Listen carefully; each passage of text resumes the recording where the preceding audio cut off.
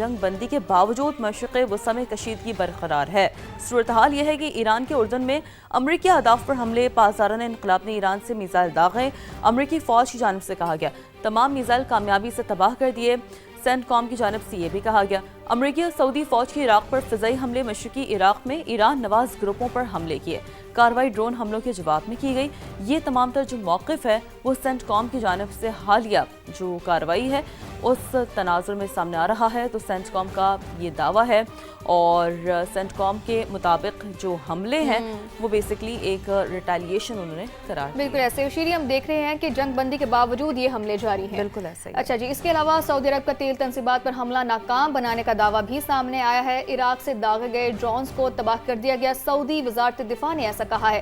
انہوں نے مزید کہا کہ ایران نواز ملیشیاؤں نے عراقی سرزمین سے حملے کیے ہیں، جبکہ مناسب وقت اور مقام پر جواب دینے کا حق محفوظ رکھتے ہیں۔ اور اس کے علاوہ سعودی وزارت دفاع نے مزید کہا کہ عراق اپنی سرزمین کو حملوں کے لیے استعمال ہونے سے روکے۔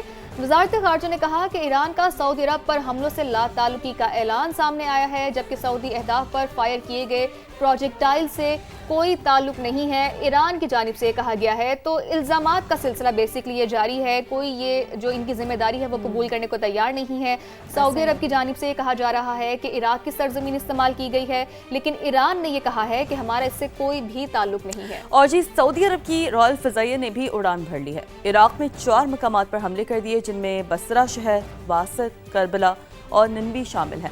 سعودی فورسز کے ترجمان جنرل ترکی المالکی نے تصدیق کرتے ہوئے بتایا کہ عراق میں موجود ایران نواز جو ملیشیا ہے ان کو جواب دیا جا رہا ہے۔ اب آپ دیکھ رہے ہیں نا کہ جیسے کہ ہم نے شروعات میں بھی بات کی تھی کہ گو کے جو سچویشن ہے وہ یہ ہے کہ جی جنگ بندی کی صورتحال ہے، جس پہ ایک باقاعدہ پورا میمورینڈم سائن ہوا، سارا کچھ ہم نے دیکھا، لیکن اس کے باوجود آپ دیکھ رہے ہیں کہ خطہ کشیدگی کی جانب بڑھتا ہوا نظر آ رہا ہے، کیونکہ جب تک معاملات حتمی طور پر طے نہیں ہوتے ہم دیکھ رہے ہیں کہ سچویشن کچھ بہت زیادہ اچھی نہیں نظر آ رہی ہے، کریٹیکلی ہمیں نظر آ رہی ہے۔ اچھا شیری، کل ہم نے دیکھا تھا کہ ڈونلڈ ٹرمپ کی جانب سے کہا جا رہا تھا کہ ہم ایران کے ساتھ مذاکرات کریں گے، لیکن امریکہ نے آبِ ہرمز پر ایران کے مطالبات کو ناقابل قبول قرار دے دیا ہے، واضح کر دیا ہے کہ ایران سے معاہدہ صرف رابطہ کاری سے ہی متعلق ہے، جبکہ معاہدے میں کسی قسم کا ٹول یا فیس شامل نہیں ہے۔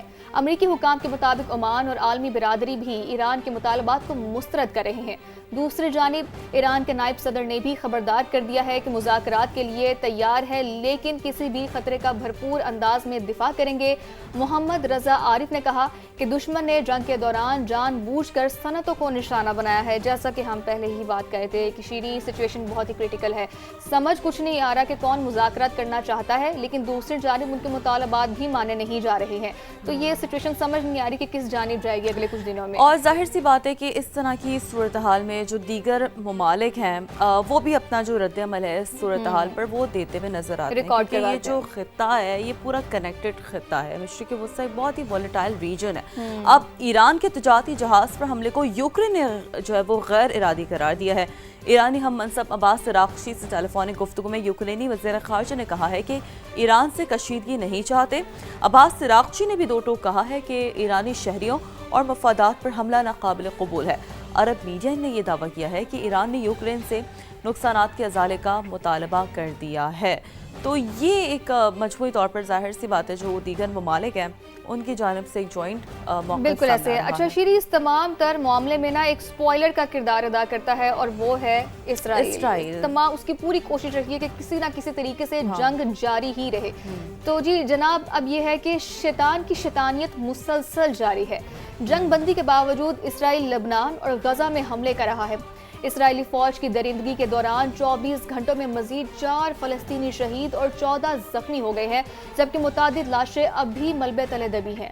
جنگ بندی کے بعد اب تک 1207 فلسطینیوں کو شہید کیا جا چکا ہے، جبکہ گزشتہ سال اکتوبر سے اب تک مجموعی شہادتیں 73,333 ہو چکی ہیں، جو کہ بہت ہی افسوسناک بات ہے۔ اور اگر دیکھا جائے جو المیہ بن چکا ہے اس خطے کا، خصوصی طور پر اتنی شہادتیں گزشتہ 2 سالوں کے دوران کوئی بھی ان کی مدد کرنے کو ہم کہہ سکتے ہیں کہ کوئی ان کو راستہ دکھائی نہیں دے رہا. اسرائیل کو ہے لگام نہیں ڈالی جا سکی لگام. اور دیکھیں جیسے کہ آپ نے شروعات میں کہا نا کہ اسرائیل اسپوائلر کا کردار ادا کر رہا ہے. اب دیکھیں ایک بات جو ہم اس سے پہلے مشرق وسطیٰ کی صورتحال میں کر رہے تھے, وہاں بھی ظاہر ہم سب کو پتہ ہے کہ جہاں معاملات سلجھتے ہوئے نظر آتے ہیں ایران امریکہ معاملے پر, وہاں اسرائیل آ جاتا ہے.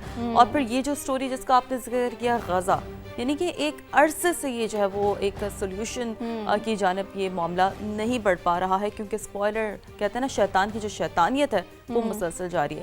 شیریں, حکومت عوام کو نہ جانے کون سے گناہوں کی سزا دے رہی ہے, پتہ نہیں, یہ ہمیں یہ بہت بڑا سوال ہے. انٹرنیشنل مارکیٹ میں خام تیل کی قیمتوں میں بڑی کمی کے باوجود پاکستانیوں کو ریلیف نہیں دیا جا رہا. اب تو ہر روز ہی قیمتیں بڑھائی جا رہی ہیں. حکومت نے پیٹرول ₹1.63 مہنگا کر دیا ہے, جس کے بعد نئی قیمت ₹335.81 فی لیٹر تک جا پہنچی ہے, جبکہ ہائی سپیڈ ڈیزل بھی ₹1.55 مہنگا ہو کر ₹388.38 ہو گیا ہے. یہ جو آپ نے سوال کیا نا کہ کس بات کی حکومت سزا دے رہی ہے, تو اس کا جواب تو ہم میں سے کسی کے پاس بھی نہیں ہے, کیونکہ ہم تو انتظار کر رہے تھے, آپ اور میں یاد ہے یہی بات کرتے تھے کہ کاش کوئی ایسا دن آئے جب اسی طرح سے جو یومیہ قیمتیں ہم کہہ سکیں جی یکدم ₹50 کم ہو گیا. آئی ڈونٹ نو کہ وہ وقت کب آئے گا. تو پاکستان میں جو پیٹرولیم مصنوعات کی قیمتوں میں اضافہ ہم دیکھ رہے ہیں, مگر وہی والی بات ہے کہ عالمی مارکیٹ میں خام تیل کی قیمتوں میں 5% تک کمی ہوئی ہے. امریکی خام تیل WTI 4.5% کمی کے بعد اب جو اس کی قیمت ہے وہ ہو گئی ہے جی $78.93 فی بیرل پر ٹریڈ ہو رہا ہے. جبکہ کوئکلی آپ لوگوں کو بتاتے ہیں کہ برنٹ کروڈ آئل 5% کمی کے بعد $83.97 فی بیرل پر آ چکا ہے. یعنی کہ یہاں تو قیمتیں کم ہو رہی ہیں, لیکن جو اس کا امپیکٹ ہے لوگوں تک وہ نہیں پہنچ رہا ہے. بالکل ایسا ہی ہے. اچھا شیریں, اس کے علاوہ ہم یہ بھی دیکھتے ہیں کہ پیٹرول کی قیمت جب بڑھتی ہے تو ظاہر سی بات ہے مہنگائی میں بہت ہی زیادہ اضافہ ہو جاتا ہے. انہی تمام تر چیزوں پر بات کرنے کے لیے بشارت حسین صاحب ہمارے ساتھ موجود ہیں. بشارت صاحب, بہت شکریہ ہمیں اپنا قیمتی وقت دینے کا. Very good morning. اور تیل کی قیمتوں میں تعین کرنے کے لیے آخر وہ کون سا فارمولا ہے جو حکومت پاکستان اپنے شہریوں پر اپلائی کر رہی ہے, تو یہ اس کے بارے میں آپ بتائیے گا. جی السلام علیکم. دیکھیے بات یہ ہے کہ حکومت کے پاس 29 سے 30 دن کا ذخیرہ ہمیشہ ہوتا ہے, اور اب جو پرائسز روز یہ طے کرنے کا جو انہوں نے فارمولا نیا بنایا ہے, جو اوگرا جو ہے وہ اس کو ایڈورٹائز کرتا ہے, میں سمجھتا ہوں کہ یہ بالکل صحیح نہیں ہے, کیونکہ جو تیل آپ نے 29 یا 30 دن پہلے ایک قیمت پر خریدا ہے, وہ قیمت جو ہے اگر بڑھ جاتی ہے, آج بڑھ جاتی ہے, تو آپ نے تو پچھلی قیمت پر خریدا ہوا ہے, کم قیمت پر خریدا ہوا ہے. آپ عوام کو کیسے اس کم قیمت پہ خریدے ہوئے پیٹرول کو, ڈیزل کو مہنگا بیچ سکتے ہیں؟ یہ ایک بالکل غلط پالیسی ہے.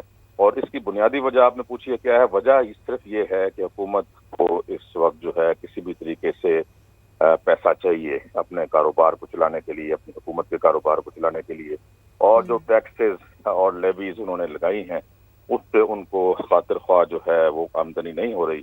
آپ یہ دیکھ لیجئے کہ IMF نے ان کے اوپر کتنی دفعہ دباؤ ڈالا ہے کہ جو بڑے زمیندار ہیں, جو جن کی اربوں روپے سال کی آمدن ہوتی ہے, جو ریٹیلرز ہیں, جو پراپرٹی جو ٹائکونز ہیں, ان کے اوپر آپ ٹیکس لگائیے. ان سے آپ کو خربوں روپے ٹیکس مل سکتا ہے ہر سال, لیکن ان پر ٹیکس نہیں لگایا جاتا, غریبوں پر ٹیکس لگا دیا جاتا ہے. میں آپ کو تھوڑا سا بریک اپ دیتا ہوں کہ جو ایک پیٹرول کا لیٹر ہے, 1 لیٹر پیٹرول ہے, اس پر پیٹرولیم لیوی جو ہے وہ ₹80 ہے, کسٹمز ڈیوٹی جو ہے وہ ₹17.28 ہے, ڈیلر کا جو کمیشن ہے وہ ₹8.64 ہے, آئل مارکیٹنگ کمپنی کا مارجن جو ہے وہ ₹7.87 ہے, ان لینڈ فریٹ ایکویلائزیشن مارجن جو ہے وہ ₹7.16 ہے, اور کلائمیٹ سپورٹ لیوی جو ہے یہ ڈبل کر دی گئی ہے ابھی پچھلے دنوں, یہ ₹5 ہے. تو یہ ملا کر سارا ₹125.95 1 لیٹر پر لیا جاتا ہے غریب آدمی سے.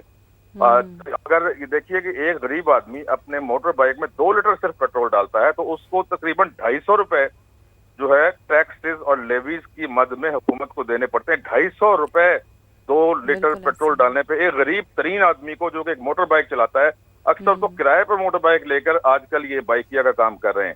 تو یہ دیکھیے کہ ایک غریب آدمی سے آپ ₹250 روز ٹیکس لیتے ہیں, اس کو آپ ضرب دے لیں کہ ایک مہینے میں کتنا بنتا ہے.